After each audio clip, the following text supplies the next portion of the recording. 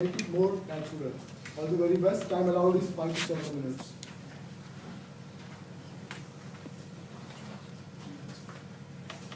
Traveling by train second class in India is always a nostalgic experience.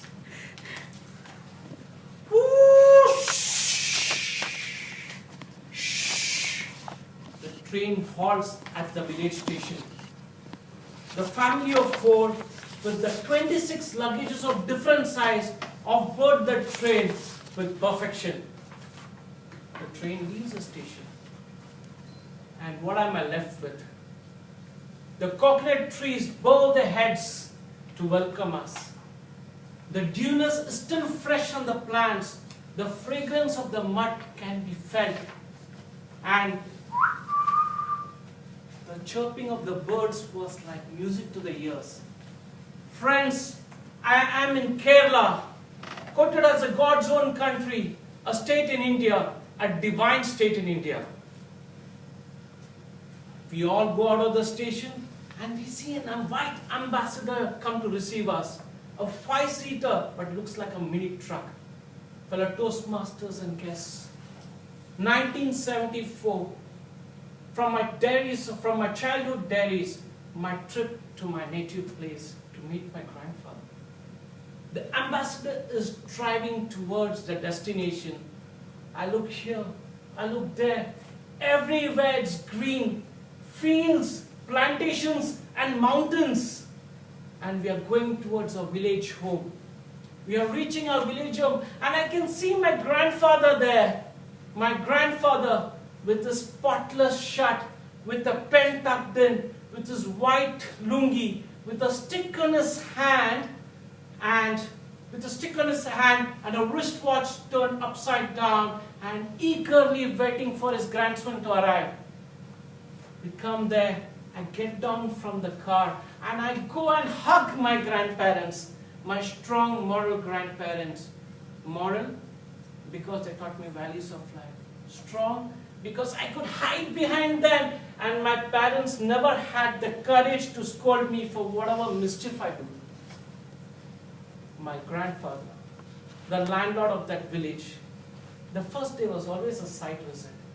He used to walk proudly in that village and used to boast about the fields which he owned, the plantations which he managed, the schools which he built, and the friends whom he helped them, supported them financially. And one of the village friends would come to me and say, Suresh, when you were so small, do you remember me? I should take you to the other side of the village. When I was so small, how am I ever to remember that? But fine. You were taught not to disappoint anybody. I said, yes. He's thrilled. Going to a pond was a hilarious sight. I never had the courage to go more than 1 feet of water. Imagine a kid taking the cup and taking bath in a pond which is 6,000 square feet of waterbed. My grandfather was laughing his heart out. Why? Because there were so many fishes in that. And there were water snakes too. My grandfather said, why don't you be a man? Go and take bath. Water snakes seldom harm human beings. But grandpa, there's a difference between seldom and never. Next day, we have to go to the city to buy some medicines. 11 o'clock, the bus is supposed to arrive at the bus stop, which is just few meters away. I told my grandpa, please come, let's go. There's only 5 minutes. Let's go to the bus stop. We'll be late. Grandpa's busy reading the newspaper. And he said, shh. Okay, better, let's go to the stop. The bus has reached Mangad. This bus stop is 2 kilometers away, and such was the silence in the village. A bus coming 2 kilometers away could be heard. My grandmother, the master chef of the house. Lunch, dinner, snacks was always of my choice. I should just go to my grandmother and say, Ma, I feel like having a coconut water today. So my grandmother would look at the servant nearby and say, this guy would get up, sprint to the nearest coconut tree, climb up, take out the coconut shell, come down and scrap the surface of the coconut and give it to me with pride. What a service. The same was for mangoes and jackfruit too.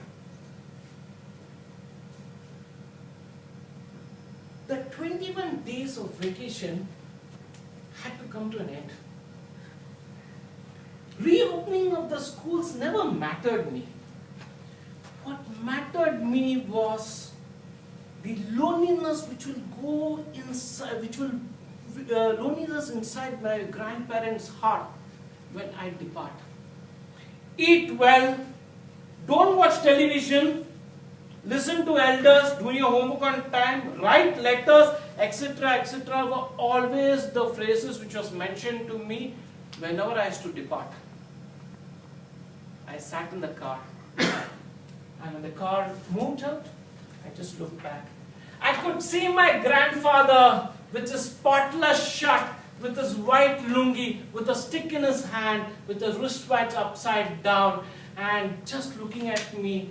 The grandson sitting in his car, and he was looking at till the car vanished out of his sight. Damn, we didn't have a cell at that time. I could have just called my grandfather and asked him, Grandpa, are you feeling okay? I'm blessed with such memories. I was blessed with such divine grandparents. I am blessed with such a divine native place. Wish I was blessed to have my childhood back in this span of time.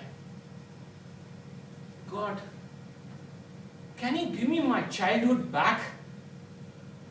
Over to you, Toastmaster.